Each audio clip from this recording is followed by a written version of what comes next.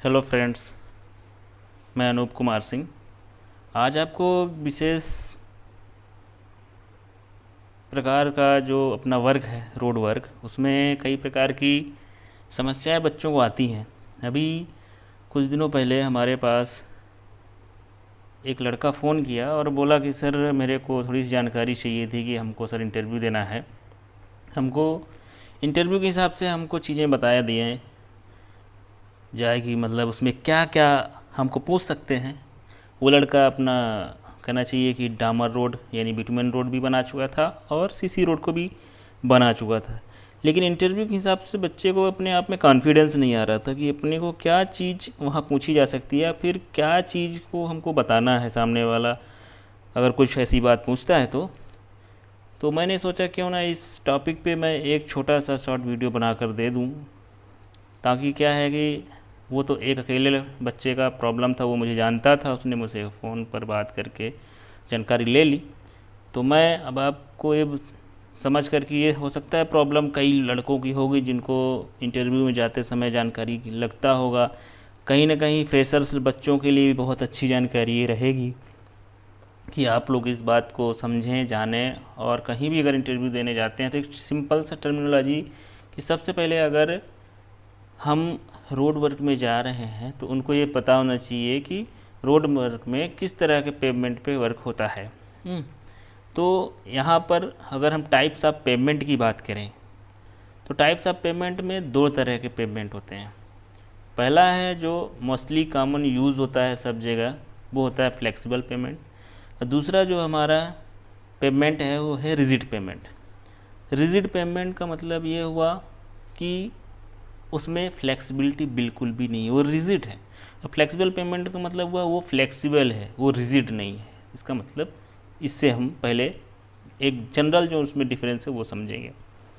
अगर अब हम बात करें कि भाई फ्लेक्सिबल पेमेंट की कैटेगरी में कौन सा रोड आ सकता है, तो फ्लेक्सिबल पेमेंट के कैटेगरी में जो हमारा रोड है वो है बिटुमेन का रोड है। तो अब इस फ्लेक्सिबल पेमेंट के आधार पे हम सबसे मोस्ट इम्पॉर्टेंट जो चीज़ है कि फ्लेक्सिबल पेमेंट हम अगर बनाने जा रहे हैं या फ्लेक्सिबल पेमेंट हम जिस रोड को बोल रहे हैं उसकी कंस्ट्रक्शन की क्या प्रोसीजर रहेगी और उसमें क्या मटेरियल उपयोग होगा कि वो फ्लेक्सिबल हो गया। और अगर रिजिड पेमेंट अगर हम बनाने जा रहे हैं और रिजिड पेमेंट पे अगर हम काम करने के लिए आगे बढ़ रहे हैं तो हमको रिजिड पेमेंट को किस आधार पे हम उसको रिजिड पेमेंट का क्या मटेरियल इसमें ऐसा उपयोग हो गया या क्या उसमें आइटम ऐसा उपयोग हुआ, क्या यूज़ किया मटेरियल को हमने ऐसा, या फिर वो ऐसा क्यों कैरेक्टरिस्टिक सी ऐसी रिजिड कैरेक्टर क्यों अपना पकड़ रहा है और ये फ्लेक्सिबल अपना कैरेक्टर क्यों पकड़ रहा है, इसके बारे में हम डिटेल्ड में इंफॉर्मेशन देंगे और डिटेल में इसके बारे में हम लोग जानेंगे। तो सबसे पहला हमारा जो टॉपिक रहा है कि फ्लेक्सिबल पेमेंट। तो फ्लेक्सिबल पेमेंट के बारे में हम जो सबसे पहला हमारा जो टॉपिक है उसके बारे में हम जानेंगे।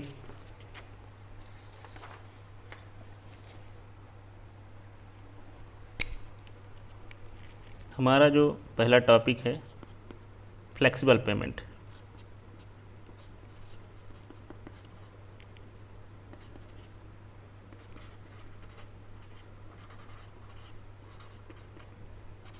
फ्लेक्सिबल पेमेंट, तो फ्लेक्सिबल पेमेंट अगर हम बनाने जा रहे हैं तो हम ये देखना चाहेंगे कि फ्लेक्सिबल पेमेंट में मोस्टली हमारा जो बिटुमेन रोड है उसको हम फ्लेक्सिबल पेमेंट की कैटेगरी में रखते हैं।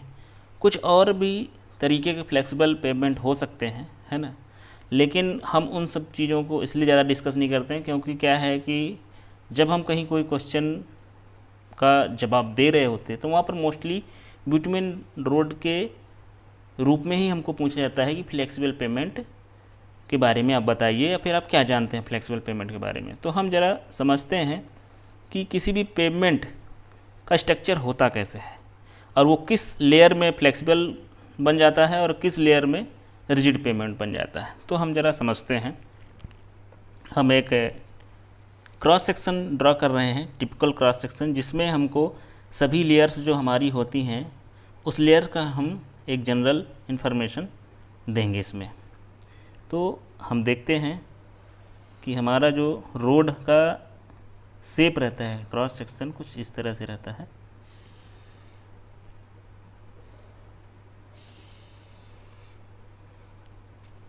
अब हम ये जानते हैं कि हमारा लगभग जो नीचे का ये सरफेस है, इस सरफेस में हमारा नेचुरल ग्राउंड लेवल है, जिसको हम NGL कह सकते हैं। ये हमारा जो है नेचुरल ग्राउंड लेवल है। जब हम यहाँ पर काम करने के लिए आते हैं तो हम इस नेचुरल ग्राउंड लेवल को जा कर के रोलिंग एंड कंपैक्शन या उसे क्लियरिंग एंड ग्रबिंग, दो चीज़ों का जो अपना जनरल सा जो कम्बिनेशन है, यानी कि अगर हमारी सरफेस एकदम हार्ड है, जिस हम लेयर को वहाँ डालने जा रहे हैं, यानी कहना चाहिए कि अगर हम वहाँ काम करने जा रहे हैं और हमारी जो फर्स्ट लेयर है वो है हमारी मतलब एम्बैकमेंट की लेयर हो सकती है, ये हम प्रपोज कर सकते हैं।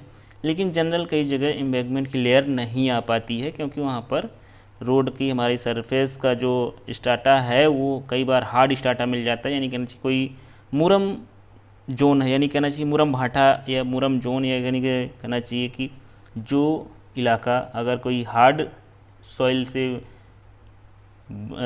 है, जिसमें कहना चाहिए कि वहाँ पर ब्लैक कॉटन सॉइल या फिर हमारी नॉर्मल सॉइल ना हो करके वहाँ पर कहना चाहिए कि पहाड़ी क्षेत्र है, तो वहाँ पे हम एम्बैकमेंट जनरल नहीं प्रोवाइड कर पाते हैं।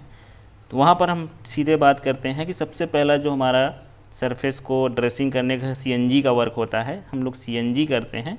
CNG का जो वर्क है हम लगभग इसी NGL के लेवल पे करते हैं। अब अगर हम जाते हैं वर्किंग के लिए और ये प्रपोज करते हैं कि हो सकता है हमको वहाँ एम्बैकमेंट की एक लेयर हमको डालनी पड़ सकती है, तो हम यहाँ पर एक लेयर एम्बैकमेंट की डाल देते हैं। एम्बैकमेंट की जो लेयर है, इस लेयर का जो थिकनेस है वो थिकनेस हमारा कहना चाहिए कि डिफाइन नहीं रहता है।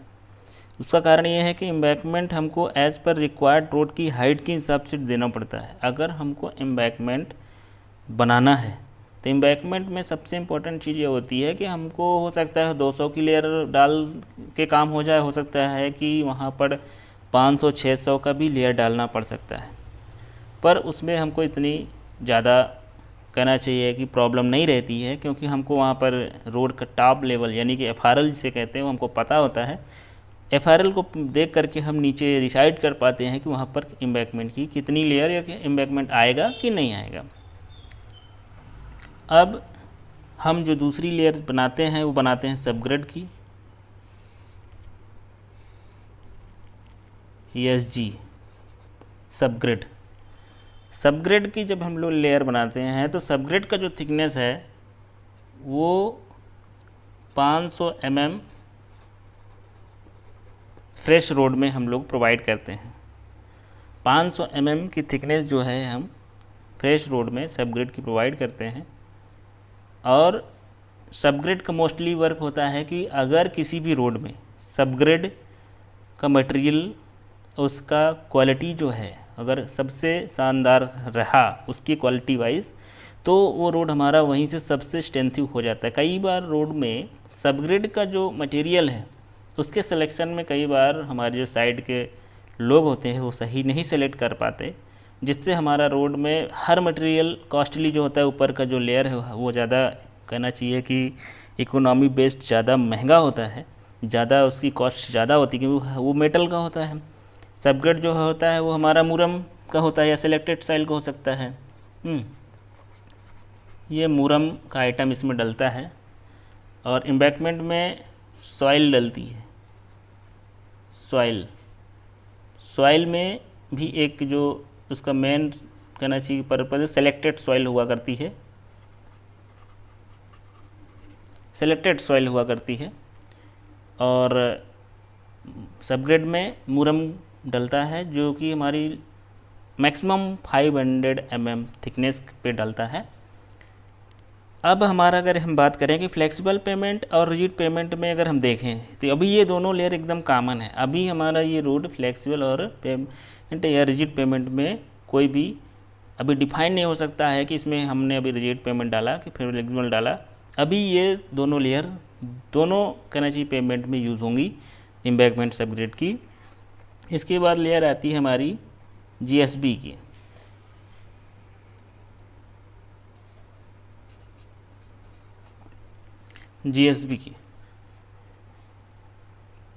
जीएसबी की लेयर हमारी मोस्टली जो है 200 टू 250 mm डाली जाती है। अब 200 से 250 mm मतलब ये है कि हमारा जो जीएसबी का थिकनेस है वो कहना चाहिए क्रस्ट की डिजाइन के आधार पर इसकी जो थिकनेस है वो डिफाइन होती है। यानी क्रस्ट का अगर डिजाइन, क्रस्ट में कहना चाहिए कि अगर हमारे जो रोड है उस रोड में अधिक ट्रैफिक है तो कहना चाहिए उसमें जनरली जीएसबी की थिकनेस ज़्यादा आएगी। अब अगर हमारे रोड में कहना चाहिए कि ट्रैफिक लो है, हाई ट्रैफिक नहीं है, तो उस कंडीशन में हमको जीएसबी का जो क्रस्ट का जो थिकनेस है वो कम रहेगा, यानी कि 200 से 250 mm के बीच रहेगा। अभी भी ये हमको डिफाइन नहीं कर पा रहा है कि ये फ्लेक्सिबल पेमेंट है कि रिजिड पेमेंट है। अब इसके बाद जो हम लेयर डालेंगे, इस लेयर के बाद हमको ये डिफाइन होता है कि इसमें रिजिड पेमेंट बनना है कि फ्लेक्सिबल पेमेंट बनना है।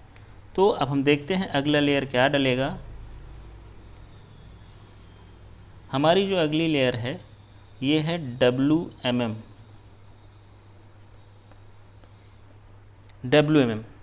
अब अगर हम बात करें कि WMM की लेयर की थिकनेस जो है 250 mm रखी जाती है जनरली। ये भी थिकनेस जो है कहना चाहिए कि अगर क्रस्ट का अगर हमको हैवी ट्रैफिक अगर आ रहा है तो ये भी थिकनेस इम्प्रूव हो सकती है। जनरली इसकी जो थिकनेस है 250 mm रखते हैं, और अगर हैवी ट्रैफिक है तो हैवी ट्रैफिक के दौरान हम इसमें इसकी थिकनेस बढ़ाते हैं। अब अगर हम बात करें कि WMM का मतलब क्या हुआ, GSB का मतलब क्या हुआ। GSB का मतलब ये हुआ आपका ग्रेनुलर सब बेस, और WM का मतलब हुआ वेट मिक्स मैकेडम। यानी कि इस दोनों लेयर में जो मटेरियल यूज होगा वो कहना चाहिए कि स्टोन का मटेरियल होता है, इसका एक ग्रेड होता है। दोनों लेयर के जो मटेरियल है स्टोन के, कहना चाहिए कि इसमें एग्रीगेट और उसमें सैंड, अपना स्टोन डस्ट, ये सब मिक्स करके इनका एक प्रोपोर्शन बनाया जाता है, जिससे अपना ये मटेरियल कहना चाहिए कि इसका CBR और इसका जो बाकी स्ट्रेंथ है बहुत ज़्यादा रहता है कंपेयर टू मुरम या सॉइल के। तो अब इनका जो पर्पज़ है, इनका पर्पज़ ये हुआ कि यानी कि WMM करने के बाद अब हम इसमें सबसे मेन कॉमनली गया जो है अपना इसमें लेयर डालेंगे। इसमें हम जो वर्किंग करने जा रहे हैं कि फ्लेक्सिबल पेमेंट का जो वर्क है, हमने सबसे पहले एम्बैंकमेंट बनाया, सबग्रेड बनाया, GSB डाली, फिर WM को हमने डाला। अब हम डालेंगे यहाँ पर जो ये लेयर अपनी आई है, इस लेयर पे हम प्राइमर डालते हैं, प्राइम कोट।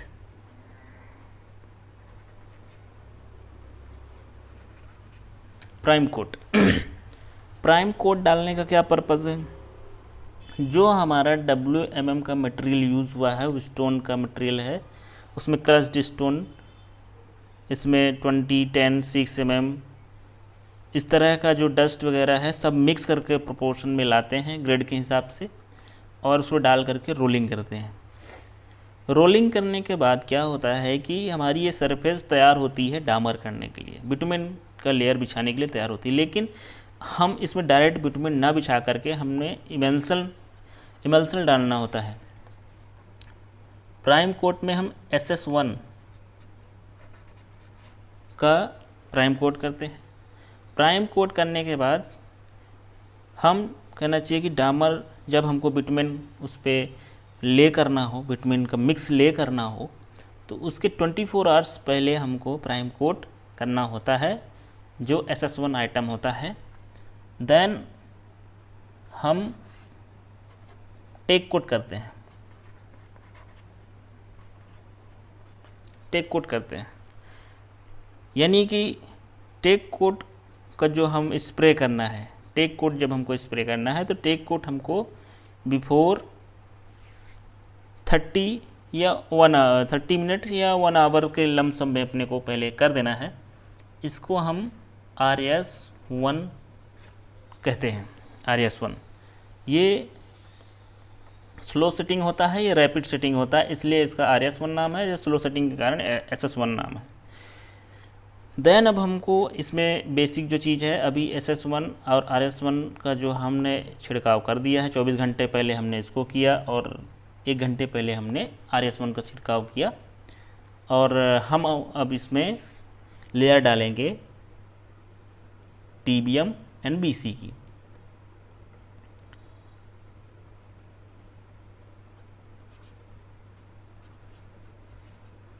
DBM, देन इसके ऊपर हम लोग एक लेयर डालेंगे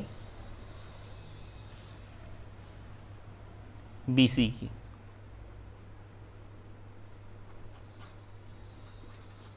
BC की तो इसकी जो थिकनेस है एज पर डिज़ाइन इसकी भी थिकनेस आती है, हम इसको अभी 50 mm एज्यूम कर लेते हैं, और BC की जो थिकनेस है हम उसको 30 mm एज्यूम कर लेते हैं कि 30 और 50 mm इसमें एजम्पशन है। इसकी हम वहाँ पर ब्लर होता जा रहा है ज़्यादा, 50 mm। 50 mm की थिकनेस हमने DBM की डाली और BC की थिकनेस हमने 30 mm डाली।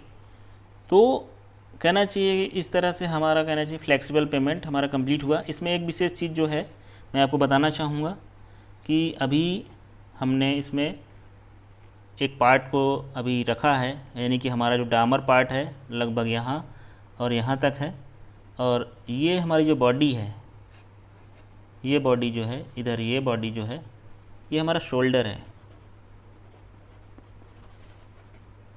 शोल्डर है। शोल्डर हमारा जो है वो WMM हो सकता है कि WMM फुल विड्थ में ना हो करके WMM केवल हमारा जो DBM BC है उसके नीचे आता है। तो अपना ये WMM हमको उसी के नीचे करना है, DBM एंड BC के नीचे। जो हमारा विड्थ होगा DBM का वही विड्थ, उससे मान लो कि अपना 30 सेंटीमीटर जो है हमारा ज़्यादा ऑफसेट छूटा रहता है WMM में। बाकी जो बचा हुआ पार्ट होता है वो हमारा शोल्डर का पार्ट होता है। तो शोल्डर की चौड़ाई और क्रस्ट की चौड़ाई, ये सारी चीज़ें हमारी डिज़ाइन पे जब हम लोग क्रस्ट का डिज़ाइन कर रहे होते हैं, रोड का जब हम लोग ट्रैफिक डाटा एनालिसिस करते हैं, तो वो सब चीज़ें उस समय आ जाती हैं। हमको मोस्टली यहाँ जानना था कि हमारी फ्लेक्सिबल पेमेंट जो है तो वो किन किन आइटमों से, किन किन कंपोनेंट से मिल के बनती है, और उनका क्या एक सीरियल होता है मटेरियल का डालने का, वो सारी चीज़ें हमने अभी समझी हैं। तो अभी हमने सबसे पहले जो जाना था कि नेचुरल ग्राउंड लेवल रहता है, उसमें हम लोग CNG करते हैं। CNG करने के बाद हम लोग, अच्छा CNG का मतलब आप लोग शायद ना समझ पाएँ तो उसको मैं फिर से एक बार समझा देता हूँ। क्लियरिंग एंड ग्रबिंग, अगर C&G का बात करें हम तो इसका नाम क्लियरिंग एंड ग्रबिंग है।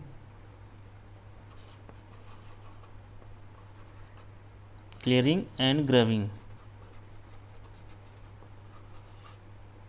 क्लियरिंग एंड ग्रबिंग यानी कहना चाहिए कि हम वहाँ पर जो भी घास या झाड़ियाँ या हो सकता है छोटे मोटे पौधे भी हो सकते हैं, इन सब चीज़ों को साफ़ सुथरा करके हम जो एक सरफेस देते हैं तो उस चीज़ को हम CNG कहते हैं।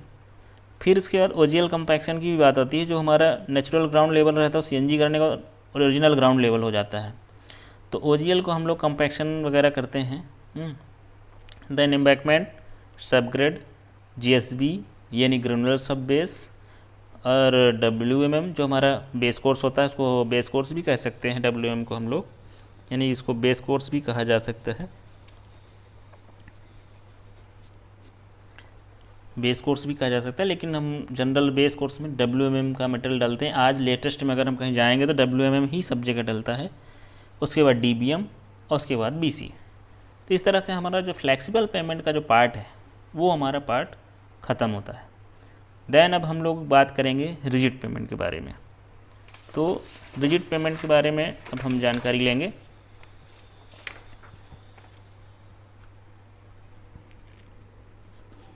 Rigid payment.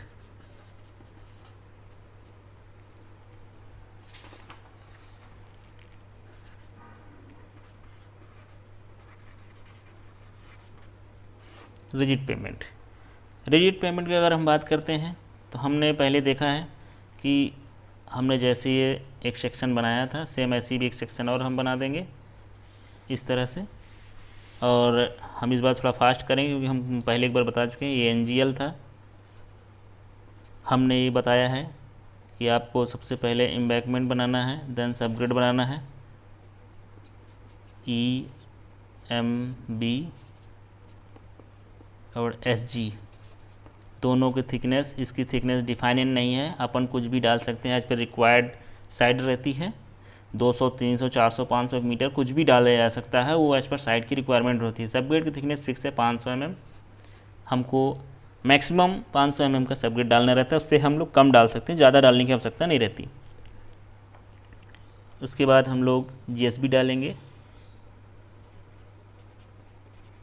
यहाँ तक हम लोग समझ चुके थे कि GSB की थिकनेस 200 से 250 mm हम लोग रखे हुए थे। तो इस तरह से हम लोग ये पहले ही समझ चुके हैं। सबग्रेड एम्बैंकमेंट, ये यहाँ तक लेयर सेम रहती है। अब अगर रिजिड पेमेंट रहता है तो उसमें हम नया क्या करते हैं तो अपन समझेंगे। ये लेयर हम डालेंगे DLC की, DLC, इसकी थिकनेस 150 mm।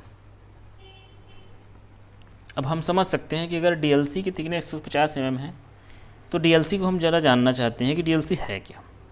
DLC है ड्राई लीन कंक्रीट है, यानी कहना चाहिए कि मोस्टली अगर आप लोग समझेंगे, अगर आपको DLC के बारे में ज़्यादा जानकारी चाहिए तो मैं यहाँ पर जनरल बता दे रहा हूँ, बाकी उसको अलग से भी आप पढ़ सकते हैं।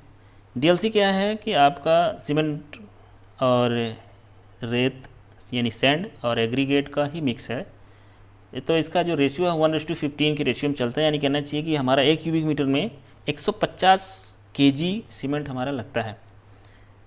अब इसमें जो वाटर सीमेंट रेशियो होता है बहुत ही लो वाटर इसमें ऐड किया जाता है, इसीलिए ड्राई होता है। इसको ड्राई नाम ही इसलिए दिया गया क्योंकि ड्राई रहता है।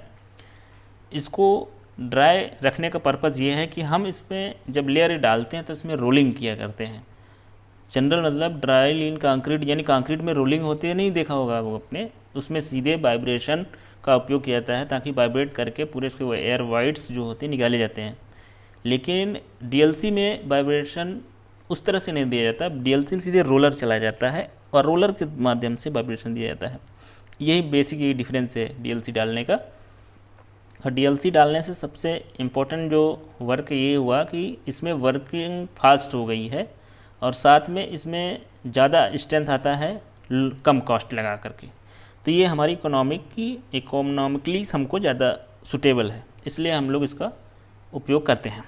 देन हम लोग क्या काम करते हैं कि इसमें हम लोग अब कंक्रीट डालते हैं, यानी हमारी लेयर जो है कंक्रीट की है। कंक्रीट की जो लेयर है हमारी 200 से 400 mm तक जा सकती है। जनरल जो हमारा जो कहीं भी आप देखे होंगे 200 mm की थिकनेस तो कंक्रीट कहीं भी होते हुए देखे होंगे। 400 mm की कंक्रीट हम लोग डाला करते हैं जनरल NH में, और वहाँ पर हमको बहुत ज़्यादा ट्रैफिक लोड होता है, इसलिए हम लोग वहाँ तक 400 की कंक्रीट की थिकनेस डाला करते हैं। इसलिए कंक्रीट क्या है, अपना रिजिड बिहेवियर दिखाता है, उसमें फ्लेक्सिबिलिटी कोई चीज़ होती नहीं, इसलिए अभी रिजिड हो गया। यानी GSB तक हमारा जो था फ्लेक्सिबिलिटी का ही बेस था, लेकिन DLC और कंक्रीट मिलके हमको ये रिजिड का एक सिस्टम बना दिया, रिजिड पेमेंट। अब इसमें क्या होता है कि रिजिड पेमेंट में और फ्लेक्सिबल पेमेंट में जनरल जो डिफरेंस हमने देखा कि GSB लेयर तक हम वही लेयरिंग का मटेरियल डालते हैं, लेकिन हमारी जो 2 लेयर ऊपर की है WMM उसमें, और उसमें बिटुमेन की जो लेयर है वो, और यहाँ पर क्या है कि DLC और कंक्रीट डल के उसको रिजिड और फ्लेक्सिबल पेमेंट में कन्वर्ट कर देती हैं। तो इस तरह से हमने रिजिड पेमेंट और फ्लेक्सिबल पेमेंट के बारे में जाना। और मैं आशा करता हूँ किसी भी प्रकार की किसी को कोई प्रॉब्लम होती है तो इससे रिलेटेड आप हमसे क्वेश्चन कर सकते हैं, कमेंट कर सकते हैं, पूछ सकते हैं। और हमारे इसी वीडियो के सीरीज में फ़ोन नंबर भी दिया हुआ है, तो आप उसमें कांटेक्ट भी कर सकते हैं। तो इस तरह से आज का टॉपिक ख़त्म होता है। धन्यवाद।